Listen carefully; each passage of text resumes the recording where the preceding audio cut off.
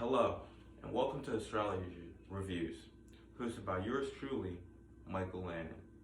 Today we have a special review, The Unbearable Weight by Susan Boydo. Alright, so let's get right into it.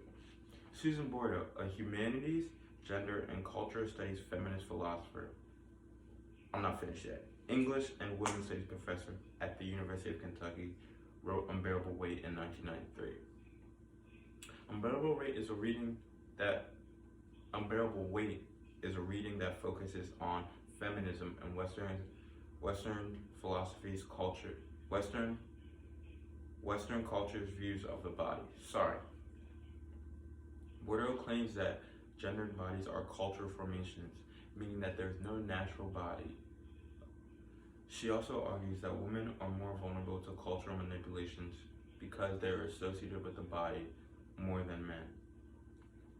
In this review, I'm going to argue why I believe that Boydo's writing, Unbearable Weight, deserves a 4 out of 5 stars. So let's get right into it. The first reason that this passage is deserving of 4 stars is because Boydo makes a claim and is able to support her claim with real life reasoning and statistics. For example, when Boydo made the claim that women are more vulnerable to culture manipulation than men, one can automatically agree or disagree, but you must listen to her reasoning. She states that women are more culturally represented with the body and gives an example of a disease that has a heavy effect on women: anorexia. Now, if you do not know what anorexia is a bulimic disease that affects many young women. Studies show that in 1984, 0.5% of women aged 13 to 22 suffered from anorexia. Another stat shows that 12 to 33% of college-aged women use disordered eating to control their weight. Boydo makes her claims with factual knowledge, making her statements harder to be opinionated.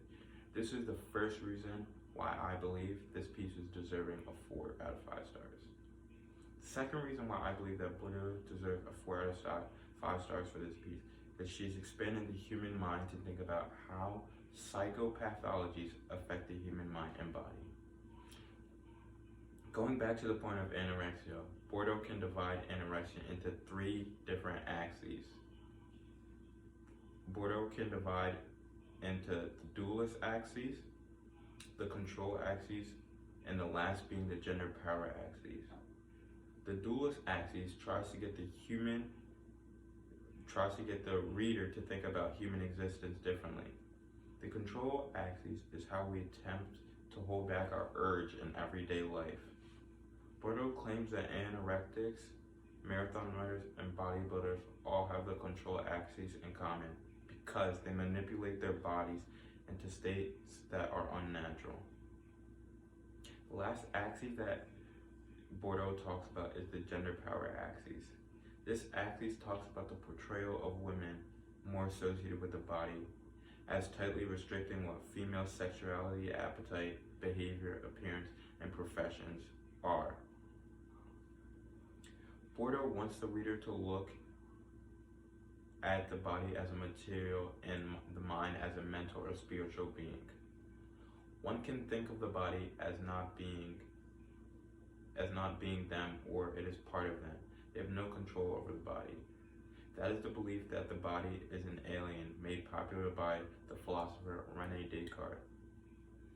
Descartes had 2 more fundamental beliefs of the body as an alien. The second one is the body as a confinement or a limitation.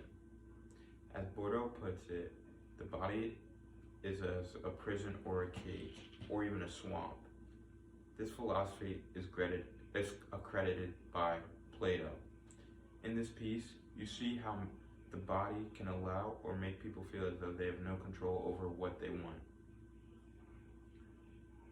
If the body tells them to do something or they feel something, the human completes the action, even if it turns out good or bad. The body controls the human. The last philosophy is the body as an enemy.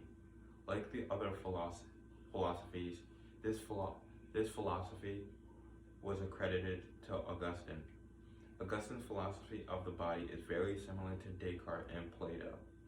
He describes the body as a source of distraction, with the mere requirement for food.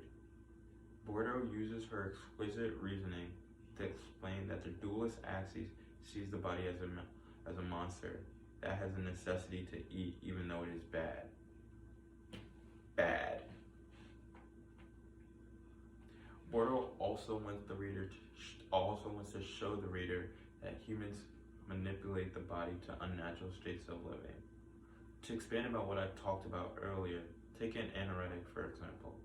An anoretic eats until they are satisfied, then throws up all the food they eat, confusing the body into thinking that it ate already, when in fact, the body is on an empty stomach. Then take a marathon runner. They train endlessly. Their bodies build up to running the 26 miles, the whole 26 miles. Who can run 26 miles? 26 miles is such an unnatural state that your body should be able to run to without stopping. Last, take a bodybuilder. They did not always look like this. Sometimes maybe they were thin, sometimes they were fat, but they use supplements, maybe steroids. Hey, if you like steroids, be my guest. And they lifted weights to manipulate the effect of how much their muscles grow. Bordeaux believes that all of these are the same because the body is being changed into unnatural states that is not supposed to be possible.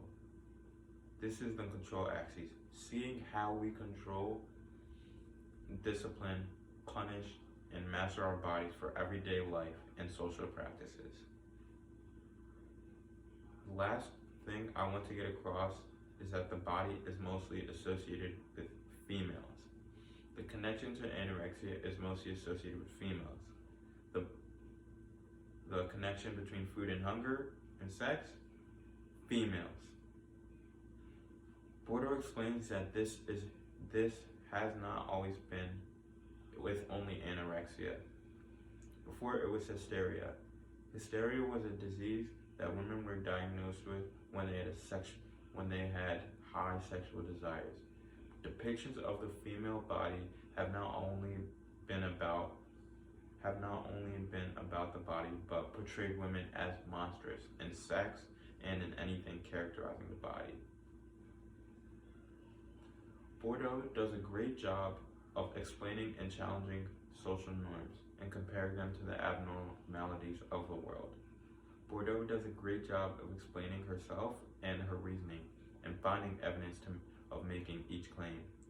Even though I do not agree with everything that Bordeaux has said, she's speaking facts. There is nothing that I can say is opinionated, which is why I give this piece a 4 out of 5 stars.